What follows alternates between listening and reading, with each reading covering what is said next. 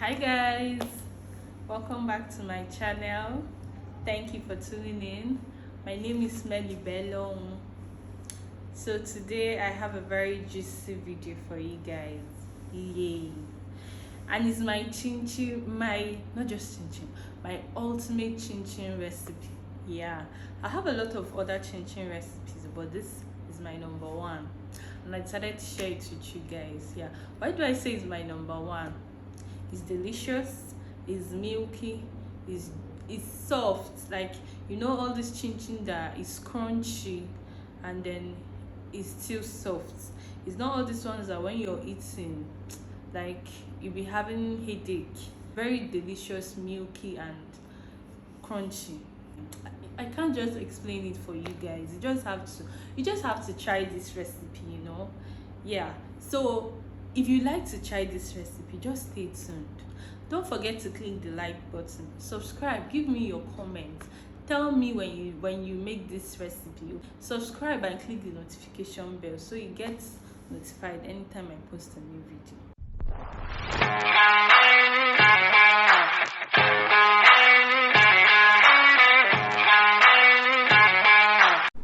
Okay guys, for this recipe we'll be using 1 kg flour, a cup of sugar which can be adjusted to taste, a tablespoon baking powder, 1 tin or about 170 grams of evaporated milk, that is optional, 2 eggs is also optional, 250 grams of margarine or cold butter, a pinch of salt. Then here we are using sunflower oil. You can use canola or groundnut oil or any tasteless or odorless oil. Then for equipment, I have my measuring cups, my large mixing bowl, the rolling pin. I have a pizza cutter or any cutter of your choice. Then this spoon for frying, or any spoon with large perforations to help sift your oil very well to avoid soggy chin chin. Then another equipment I'll be introducing is my food processor.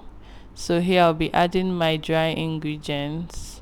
If you have sifted your dry ingredients, no need of the first pulse.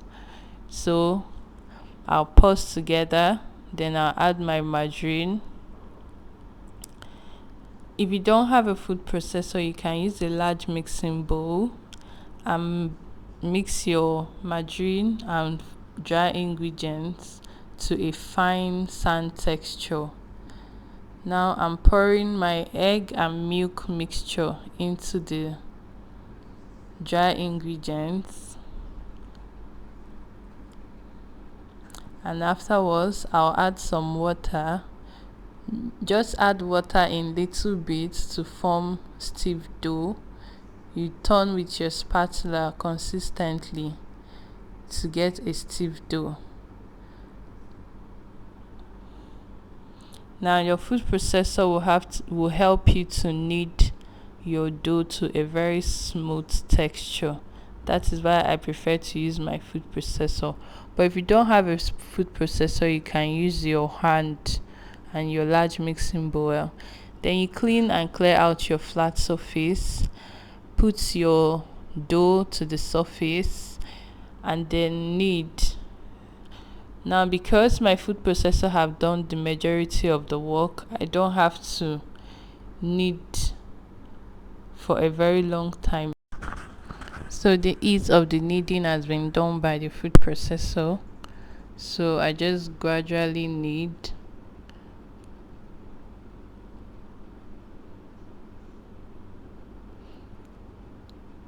So now I have to divide the dough to smaller portions.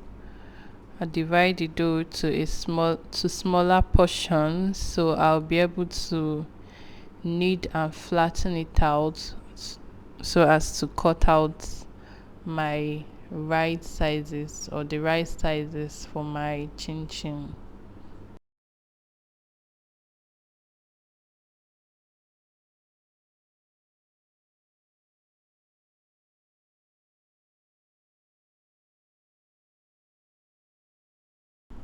Actually, you can knead on the marble top, but I prefer to put a parchment paper because when you knead on the marble top, sometimes your chin chin or the dough will stick to the top, and then taking it out can be a little frustrating. So I like to put a piece of parchment paper.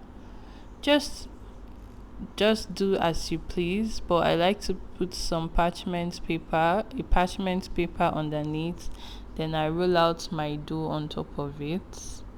Then I cut to my desired taste or desired size. Just cut as you wish.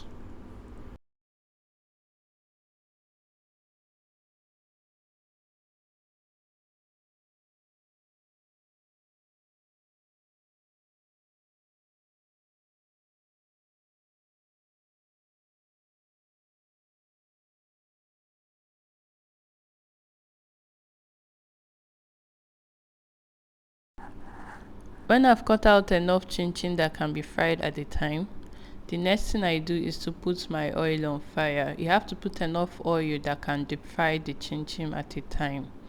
Then I put a medium sized onion inside.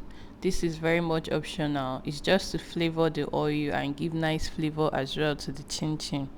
It also helps me know when the oil is heated enough to put my chin chin. Please do not put your chin chin in the oil when it's not heated up enough. And do not overcrowd your pan with too much chin chin. You just put enough that will leave enough room to still turn your chin chin. Because if you put too much at a time, when turning your chin chin, you could be breaking them to pieces and leaving a lot of crumbs in your chin chin. So while you've added and stirred your chin chin to fry, you can go back to knead and cut out more chin chin doughs that can be fried or that will be fried once you take out the ones that are cooking now.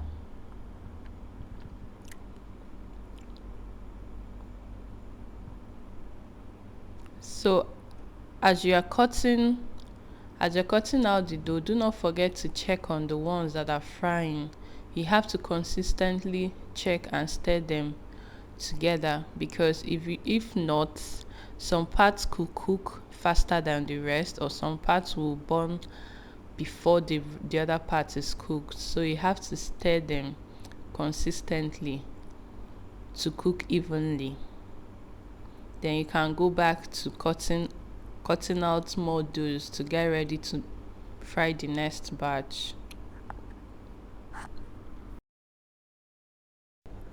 I arrange some kitchen towel in a tray or a sieve and take out my chin chin.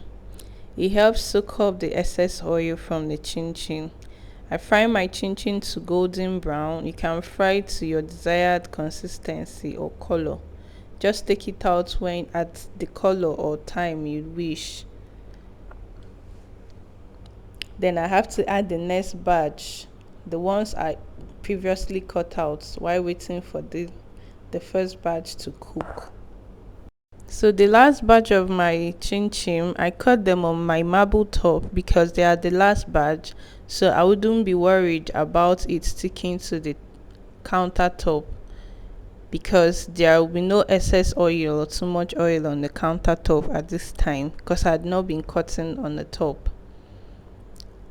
So I cut them and prepared them for the next batch that will be fried. I prepare my large mixing bowl and pour the first fried chin chin inside to make room for the ones that are coming now. At this point, my onion is already very fried. You can decide to take it out if is your choice. You can decide to leave it still in the oil. It's fine. Then I take out the fried chin chin to make room for the next batch to be fried. This is how I fry repeatedly till my whole batch or the whole batch of the chin chin is fried. So this is the quantity of chin chin I get from my whole batch of chin chin. You can double the quantity if you want more, according to your taste. Then I pour the whole chin chin in a very airtight container. You can store up for months in your cupboard and stay fresh. Thank you guys for watching. I hope to see you in my next video. Bye.